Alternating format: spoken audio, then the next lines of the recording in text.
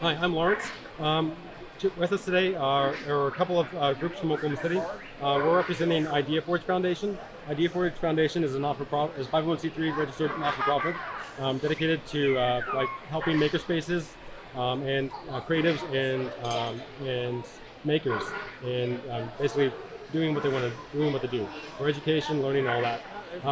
We also support other not user groups. So, for example, we've got OKC OSH, which is the Oklahoma City Open Source Hardware Group, which is what some of the stuff is. And the people behind you are some of the projects that we've worked on over the last year or two. So, right here we have some what would you call these? These are like I guess like prop. Early, manual controlled robots. Yep.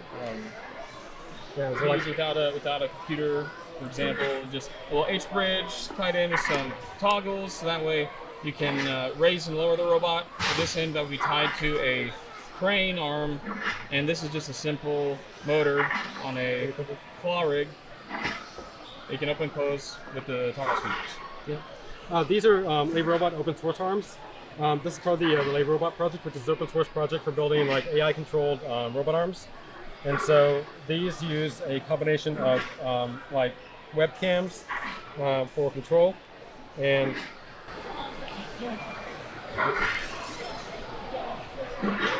as well as for inference and then learning. And then and they're all open source though. These are some badges that these are open source badges that I did for B-Sides Oklahoma.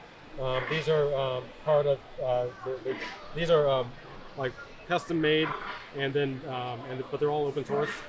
These are programmable. This one's programmable with like a MicroPython, and this one is a puzzle badge, and that was also all open source. We did a project with OKC OSH, which we did lamps 1 year. So this is one of the lamps we did for OKC OSH. These were 3D printed, and these were a community project, and we basically built up I think like 20 to 30 lamps. And we as a community project. This is a modified version. Mm-hmm. That's why it doesn't stand up quite right. Yeah. Trying to do more. Yeah. So I'm in the OKC OSH group, open source hardware group. These are some of my projects. So I've got I just want to showcase what you can do at home, and what you can do if you just watch some YouTube videos and keep an open mind and try to learn. So I've got a remote control robot arm that I didn't design this. I just downloaded it from Thingiverse, and then I designed my own electronics and power supply here. That's a 3D printer power supply with some regulators and a little Arduino and a CNC hat that you can all buy everything on Amazon and piece it together from software I found online.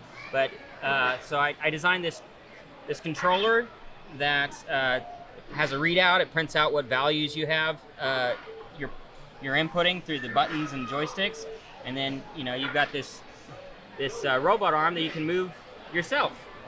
Open and close the claw here, I think.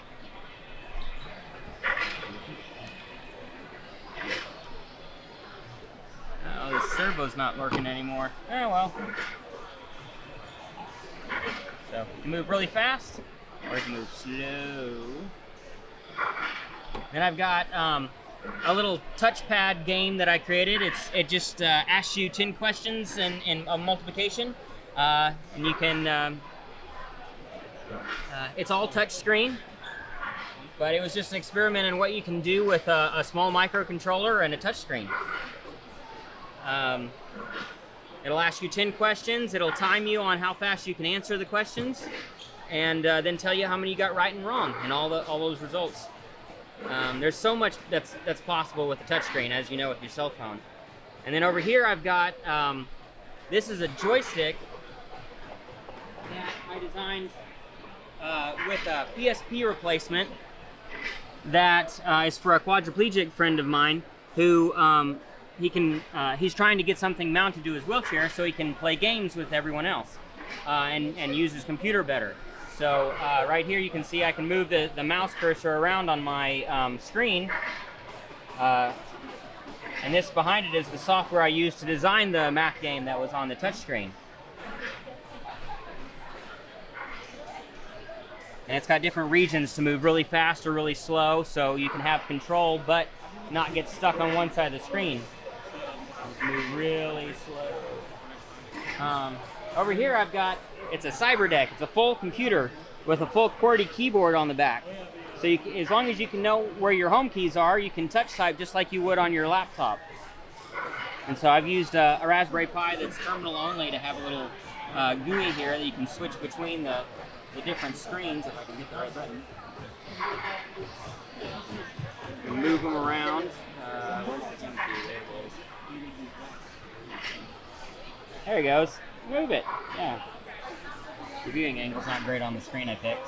I've got a bigger version that I'm working on, but I didn't have it ready in time.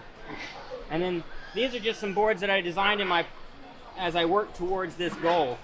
So this was the first controller. I made it at home. It's a mess. But then I had it fabricated with JLC PCB, and then I made a better version, and then I'm working on another better version that makes even more things work. So, and then over here we've got, these are the boards I had manufactured for these guys. So each one of these has this board underneath it, and then here's my next version of the board that's even better with a speaker and some other better breakouts for more things like a joystick if you wanted to. So it's just, there's so much possible, and it's not really that expensive. Each one of these boards costs, I can get 5 of them for $2. You know, and buying power supplies, buying hats, buying all this stuff, you can watch YouTube videos, you can read tutorials on any number of websites, and you can put things together if you just spend the time. So it's pretty fun.